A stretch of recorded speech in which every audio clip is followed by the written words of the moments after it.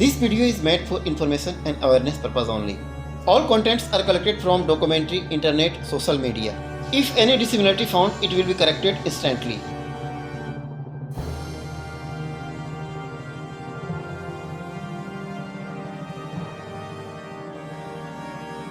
नमस्कार दोस्तों, आप देख रहे हैं कहानी क्राइम से और मैं हूं जयप्रकाश सिंह। आज की कहानी एक ऐसे सीरियल किलर और शातिर अपराधी की है जिसके आगे हमारी कानून व्यवस्था, प्रशासन और न्यायपालिका सभी विवश हो जाते हैं और वह खुलेआम इनकी धज्जियां उड़ाता है। वह 20 साल तक अपराध कर हमारे प्रशासन, कानून व्यवस्था और पुलिस प्रशासन से खेलता आ रहा है और आज भी फांसी की जगह खुली हवा में सांस ले रहा है। इससे बड़ी अचरज की बात क्या हो सकती है। उसके अपराध इतने संगीन हैं कि आपके रोंगटे खड़े कर देंगे। 26 जनवरी 1997 में कर्नाटक के चित्रदुर्ग में डिस्ट्रिक्ट आर्म्ड रिजर्व पुलिस के द्वारा एक परेड का आयोजन होता है। पुलिस के साथ साथ स्कूल के बच्चे भी इस परेड में भाग लेते हैं और ठीक इसी बीच एक अजीब घटना होती है। उसी परेड में शामिल एक 16 साल की लड़की एक कांस्टेबल को देखकर जोर जोर से चीखने लगती है और पुलिस के सीनियर ऑफिसर्स के सामने यह आरोप लगाती है कि इसने मेरे साथ जबरदस्ती करने की कोशिश की है। इतने में डीआर फोर्सेस के कुछ जवान उस कांस्टेबल को अरेस्ट कर लेते हैं और वह कांस्टेबल कोई साधारण इंसान नहीं था, वह सीरियल किलर उमेश रेड्डी था, जिसे बीस्ट ऑफ बेंगलोर के नाम से जाना जाता है। उसे गिरफ्तार कर बेल्लारी जेल भेज दिया जाता है और थोड़े ही दिन बाद उसकी कोर्ट में पेशी रहती है। कोर्ट में पेशी के दौरान रास्ते में ही वह बाकी कांस्टेबल्स को झांसा देकर वॉशरूम के बहाने वहां से भाग निकलता है। यह उसकी दूसरी गिरफ्तारी थी। उमेश रेड्डी को अपराध जगत में कई नामों से जाना जाता है, जिसमें ट्रांसड्रेसर, Jack the Ripper of India, Ramesh, Venkatesh आदि कई नाम हैं उसके।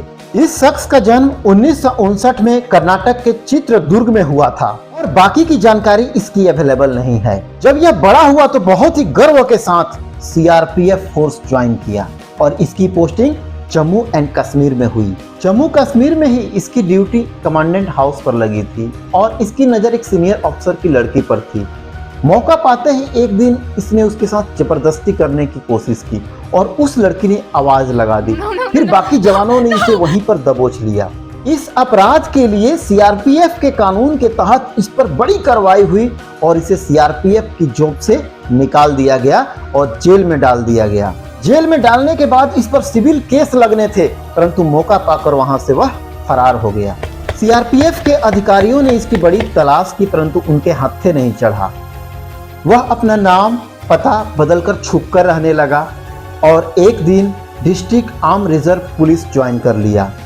यह हमारे समाज और कानून व्यवस्था पर तमाचा था। जो जवान सीआरपीएफ में वांटेड था उसने district armed reserve police join किया। उसका यह कारनामा भी हमारे कानून व्यवस्था पर सवाल खड़े करते हैं। डीएआर ज्वाइन करने के बाद उसका आत्मविश्वास 7वें आसमान पर था। वह दिन भर औरतों के अंग और उनके वस्त्रों के बारे में ही सोचता। उसकी आपराधिक प्रवृत्ति इतनी उफान मारने लगी कि वह आसपास के कॉलोनियों में रेकी करना शुरू कर दिया। दिन का समय सुबह 11 बजे से लेकर शाम 3 बजे तक का ऐसा समय होता है जिसमें बच्चे भी स्कूल में होते हैं और हस्बैंड भी अपने जॉब पर होते हैं और औरतें घर में अकेली होती है। यह समय उसके लिए सबसे सटीक था और वह आसपास के एरिया में रेकी करता। जो औरत घर में अकेले होती उसके दरवाजे पर जाता, दरवाजे को नॉक करता। जैसे ही वो औरत बाहर आती उससे कुछ पता पूछता और पता पूछने के बहाने औरत को धक्का देकर अंदर चला जाता और अंदर से दरवाजा बंद कर देता। फिर चाकू के दम पर उस औरत के साथ वह बलात्कार करता। बलात्कार करने के बाद वह उसका मर्डर कर देता और उसके सारे अंडरगारमेंट्स निकाल लेता था। इसके बाद वह घर में पड़े कुछ पैसे और गहने लूट लेता ताकि लोगों को लगे कि यह एक लूट का केस है। कुछ औरतें जो जिंदा बच जाती वह शर्म और लाज के मारे पुलिस में कंप्लेन नहीं करती और इस तरह उसे इस बात का बढ़ावा मिल जाता और धीरे धीरे शहर में यह केस बढ़ने लगता है, परंतु लोग इस पे उतना ध्यान नहीं देते। जैसे जैसे यह घटनाएं बढ़ती हैं, लोगों में एक डर का माहौल आ जाता है और लोग इस कदर डर जाते हैं कि अनजान शख्स को देखकर भी उसकी पिटाई कर देते हैं। वर्ष 1996, जगह चित्रदुर्ग। वहीं केबी कॉलोनी में एक लड़की रहती थी जो शाम के समय स्कूल से घर वापस जा रही थी। मौका पाते ही उमेश रेड्डी ने उसे दबोच लिया, परंतु लड़की ने तुरंत उसे धक्का दिया और वहीं पड़ी ईंट इसके सर पे मार दी और बड़ी मुश्किल से जान बचाकर भागी। इस घटना के कुछ ही दिन बाद केबी कॉलोनी की रहने वाली 16 साल की रूपा का इसने बलात्कार और हत्या किया। DAR में इसका पर्दाफाश करने वाली ये वही लड़की थी जिसने इसके सर पे पत्थर मारा था। उसका उम्र मात्र 16 साल था। दूसरी बार पुलिस कस्टडी से भागते ही वह गुजरात आ जाता है और गुजरात के वडोदरा में शरण लेता है, परंतु यहां भी इसकी आपराधिक प्रवृत्ति उबाल मार रही थी। वह जिस एरिया में रहता था वहां की महिलाओं की रेकी करने लगा और इस तरह इसने वडोदरा में भी 3 लड़कियों की रेप और हत्या कर डाली। और जैसे ही पुलिस इस केस की छानबीन करने लगी, वह वडोदरा से भागकर तुरंत कर्नाटक आ गया। इसके बारे में एक बहुत ही रोचक कहानी है। जब यह कर्नाटक वापस आया तो औरतों का अंडरगारमेंट चुराने लगा और पुलिस थाने में भी अंडरगारमेंट चोरी के बहुत सारे केस दर्ज होने लगे। इस पर पुलिस भी तुरंत सतर्क हो गई और जगह जगह अपने जासूस फैला दिए। कहा जाता है कि एक दिन वह एक छत पर औरतों द्वारा पसारे हुए अंडरगारमेंट्स की चोरी कर रहा था, तभी लोगों ने देख लिया। जैसे ही लोगों ने देखा, शोर मचाने लगे और वह छत से ही कूद गया। छत से कूदने के दौरान उसके पैर में मोच आ गई और उससे भागा नहीं गया और लोगों ने पकड़कर उसे खूब पीटा। पीटने के बाद इसे पुलिस के हवाले कर दिया। थाने पहुंचते ही पुलिस ने बड़ी सख्ती दिखाई और इसके कपड़े उतरवाए। पुलिस भी देखकर हैरान थी कि इसने औरतों की चड्डी पहन रखी है। जब पुलिस ने सख्ती बढ़ाई तो उसने यह स्वीकार किया कि वह औरतों के अंडरगारमेंट और उनकी खुशबू से पल भर भी दूर नहीं रह सकता और उसे बहुत पसंद है, इसलिए वह औरतों की अंडरगारमेंट की चोरी करता है। थाने से पुलिस सीधा उसे उसके घर ले गई, जहां पर उसने किराए पर एक रूम ले रखा था। उस रूम में ना जाने कितने औरतों के अंडरगारमेंट्स मिले, जिनमें से कई की यह हत्या कर चुका था। अब धीरे धीरे पुलिस ने इसके बारे में जानकारियां जुटाना शुरू कर दिया।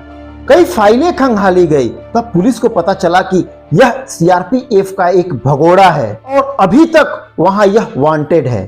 धीरे धीरे पुलिस अपनी जांच का दायरा बढ़ाने लगी तो पता चला कि यह DAR से भी भागा हुआ है और निलंबित है। DAR पुलिस भी इसकी तलाश कर रही है। इसके अलावा वह न जाने कितने मर्डर और रेप का आरोपी है। वर्ष 1999 में पुलिस ने तुरंत इसे गिरफ्तार कर जेल भेज दिया, परंतु वहां भी पुलिस की लापरवाही से कोर्ट में पेशी के दौरान ही भाग निकला। जेल से भागने के बाद बेखौफ अपने अपराधों को अंजाम देने लगा। उस दौरान उसने कई औरतों और बच्चियों का बलात्कार और हत्या किया। इनमें एक इनकम टैक्स अफसर की वाइफ भी शामिल थी और पुलिस भी इसे लेकर बहुत परेशान थी। इसके भगोड़े होने के मामले में पुलिस के कई अधिकारी भी निलंबित हो चुके थे और इस बार पुलिस इसे कोई मौका नहीं देना चाहती थी। और देखते ही देखते एक दिन फिर पुलिस के हत्थे चढ़ गया, परंतु इस बीच भी वह पुलिस को चकमा देने में सफल रहा और पुलिस कस्टडी से भाग निकला। वह जब भी जेल से भागता 10-15 दिनों तक शांत रहता और फिर से उसके अंदर आपराधिक प्रवृत्तियां जागृत हो जाती। वह उस इलाके की पहले की तरह ठीक रेकी करता, दरवाजे को नॉक करता, पता पूछने के बहाने औरतों को बुलाता और उन्हें धक्का देकर उनके रूम में घुस जाता। उसके बाद वह दरवाजा अंदर से बंद कर लेता, चाकू के नोक पर जबरदस्ती वह औरतों का बलात्कार करता। उसके बाद गला दबाकर उनकी हत्या कर देता। हत्या करने के बाद उनके अंडरगारमेंट्स उतार लेता। उसके बाद उस घर में पड़े पैसे या जेवरात को उठाता और वहां से भाग जाता, ताकि लोगों को ऐसा लगे कि यह एक लूट का केस है। जो औरतें जिंदा बच जाती वह शर्म के मारे पुलिस स्टेशन में कंप्लेन नहीं करती और लूट का केस ही दर्ज होता। शायद यही कारण रहा है कि उसने सैकड़ों अपराध किए हों, परंतु उसके नाम जो केस दर्ज हुए हैं उनकी संख्या बहुत ही कम है। वर्ष 1999 से लेकर अप्रैल 2002 तक वह अपनी गतिविधियों को ऐसे ही बेखौफ अंजाम देता रहा, परंतु पुलिस की पकड़ में नहीं आया। 17 मई 2002 जगह यशवंतपुर रेलवे स्टेशन, वहां पर वह ट्रेन से उतरता है और वहीं भी क्लॉक रूम में अपना सामान जमा करता है। रात के करीब 8 बज रहे थे और वहीं रेलवे स्टेशन के पास एक सैलून में बाल कटवाने के लिए जाता है। क्योंकि पहले से ही वह उस एरिया में वांटेड था और जगह जगह उसकी फोटो भी लगी थी। सैलून में घुसते समय एक ऑटो वाला इसको पहचान लेता है और तुरंत पास के पुलिस स्टेशन को सूचित कर देता है। फिर पुलिस की टीम एक पहुंचती है और तुरंत उसे वहां से गिरफ्तार कर लेती है। यह गिरफ्तारी उसकी आखिरी गिरफ्तारी थी। इसके बाद वह फिर कभी नहीं भाग पाया। जब पुलिस इसे सख्ती के साथ पूछताछ करती है तो यह बताता है कि यह करीब 20 महिलाओं के साथ बलात्कार और हत्या कर चुका है। पुलिस के अनुसार उसके द्वारा किए गए अपराध करीब 30 से 50 तक हो सकते हैं। जब पुलिस उसे अंडरगारमेंट चोरी की बात पूछती है तो वह बताता है कि उसे अंडरगारमेंट्स पहनना बहुत ही अच्छा लगता है और उनकी खुशबू भी उसे बहुत पसंद है। अब इसके केस की सुनवाई बेंगलोर के फास्ट ट्रैक कोर्ट में होती है। कोर्ट यह मानता है कि ऐसे इंसान समाज के लिए एक बड़ा खतरा है। इस तरह 26 अक्टूबर 2006 को इसे फांसी की सजा सुनाई जाती है। इसके ऊपर 9 औरतों के हत्या और बलात्कार के आरोप सिद्ध हो जाते हैं जो इसे फांसी के फंदे पर लटकाने के लिए पर्याप्त थे। पुलिस भी मात्र 9 केसों में ही सबूत जुटा पाती है। फांसी की सजा पाने के बाद वह गिड़गिड़ाने लगता है और तरह तरह की बहाने बनाने लगता है कि मेरी माँ बीमार रहती थी, उसके दवाई के लिए पैसे नहीं थे, इसलिए मैंने चोरी किए। लेकिन जब बलात्कार और हत्या की बात आती है तो वह सन्न रहता है। उसके द्वारा दायर की गई याचिका पर उसकी सजा में समीक्षा के लिए वर्ष 2007 में कर्नाटक हाई कोर्ट में 2 जजों की बेंच बैठती है, जिसमें दोनों जजों के विचार अलग थे।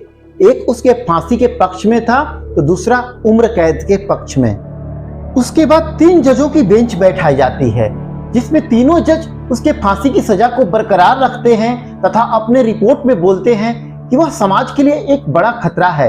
ऐसे इंसान को समाज में खुले नहीं छोड़ सकते। इसके बाद उसका केस सुप्रीम कोर्ट में जाता है, जहां सुप्रीम कोर्ट भी उसके फांसी की सजा को बरकरार रखता है। सुप्रीम कोर्ट के फैसले के बाद भी वह हार नहीं मानता और राष्ट्रपति के पास मर्सी पिटीशन दायर करता है, जो राष्ट्रपति द्वारा खारिज कर दिया जाता है और इस तरह उसकी फांसी की सजा बरकरार रहती है। उसके बाद वह फिर रिव्यू पिटीशन डालता है और वह भी रिजेक्ट हो जाता है। खुद को दिमागी मरीज बनाकर पुनः यह कर्नाटक हाई कोर्ट का रुख करता है, परंतु हाई कोर्ट एक डॉक्टरों की टीम बनाता है और इसका चेकअप करवाता है। डॉक्टरों की रिपोर्ट में यह पूरे तरीके से स्वस्थ पाया जाता है और फिर हाई कोर्ट इसके फांसी की सजा को बरकरार रखता है। इसके बाद वह फिर से सुप्रीम कोर्ट का रुख करता है और वर्ष 2021 में सुप्रीम कोर्ट इसकी याचिका को खारिज कर देता है। इतने हत्याओं के बावजूद भी वह फांसी के फंदे से दूर है और वर्ष 2006 से 2021 तक इसका केस पेंडिंग है, जो यह दर्शाता है कि हमारी न्यायपालिका, हमारे प्रशासन और पुलिस व्यवस्था में बहुत ही सुधार की जरूरत है।